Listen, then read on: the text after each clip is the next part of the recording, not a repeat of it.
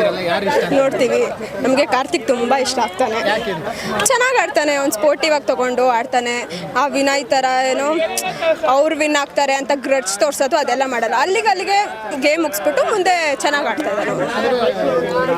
ವಿನಯ್ ಅವರು ಕಾರ್ತಿಕ್ ಅವರು ಸಂಗೀತದ ಜೊತೆ ಸೇರಿ ಆಟ ಆಡ್ತಾ ಇಲ್ಲ ಅಂತಾರೆ, ಕೆಲವರು ಕಂಪ್ಲೇಂಟ್ ಮಾಡ್ತಾರೆ.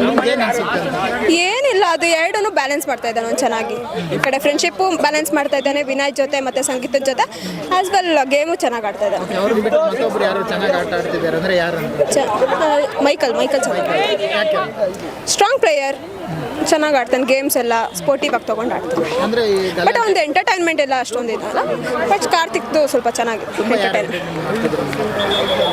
ಕಾರ್ತಿಕ್ ತುಕಾಲಿ ಮಾಡ್ತಾನೆ, ನಮ್ಗೆ ನಿಜ ನಗು ಬರಲ್ಲ ಮಾಡೋದು. ಸುಮ್ಮನೆ ಅವನೇ ಸುಮ್ಮನೆ ನಗ್ತಾ ಇರ್ತಾನೆ, ನಮಗೆ ನಿಜ ಬರಲ್ಲ. ನಿಜ ಇಲ್ಲ. ತುಂಬಾ ಬೋರಿಂಗ್ ಅಂದ್ರೆ ಯಾರು? ಬೋರಿಂಗ್ ಅಂದ್ರೆ ನಮ್ರತ. ಏನು ಆ್ಯಕ್ಟಿಂಗ್ ಏನು ಮಾಡ್ತಾ ಇಲ್ಲ, ಸುಮ್ಮನೆ ಚಮಚ ಆಗಿ ಇದ್ದಾರೆ, ಏನು ಮಾಡ್ತಾ ಇಲ್ಲ. ಮುಂಚೆ ಅದಕ್ಕೆಲ್ಲ ನಾವು ಸಪೋರ್ಟ್ ಮಾಡಿದ್ದೀವಿ, ಚೆನ್ನಾಗಿ ಮಾಡ್ತಾ ಇದ್ರು. ಬಟ್ ಬಿಗ್ ಬಾಸ್ಗೆ ಹೋದ್ಮೇಲೆ ಏನು ಆಕ್ಟಿವಿಟಿ ಏನು ಕಾಣಿಸ್ತಾ ಇಲ್ಲ ನಮಗೆ.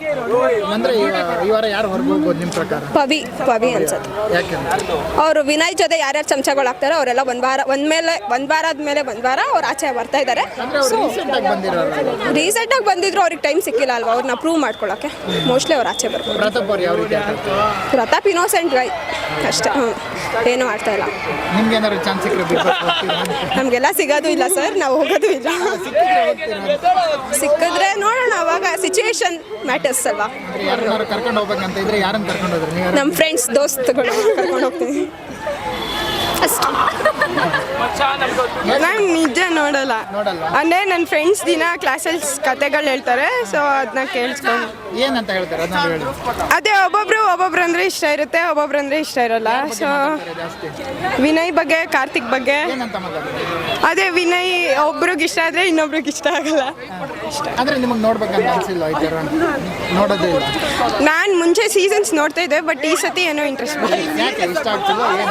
ಏನೋ ಕಂಟೆಸ್ಟೆಂಟ್ಸ್ ನಂಗೆ ಅಷ್ಟೊಂದು ಫೆಮಿಲಿಯರ್ ಇಲ್ಲ. ಕಂಟೆಸ್ಟೆಂಟ್ಸ್ ನಂಗೆ ಅಷ್ಟೊಂದು ಐಡಿಯಾ ಇಲ್ಲ. ನೀವೇನಾದ್ರೂ ಸಿಕ್ಕರೆ ಚಾನ್ಸ್ ಸಿಕ್ಕರೆ ಹೋಗ್ತೀರಾ? ಹಾಂ, ಹೋಗ್ತೀನಿ.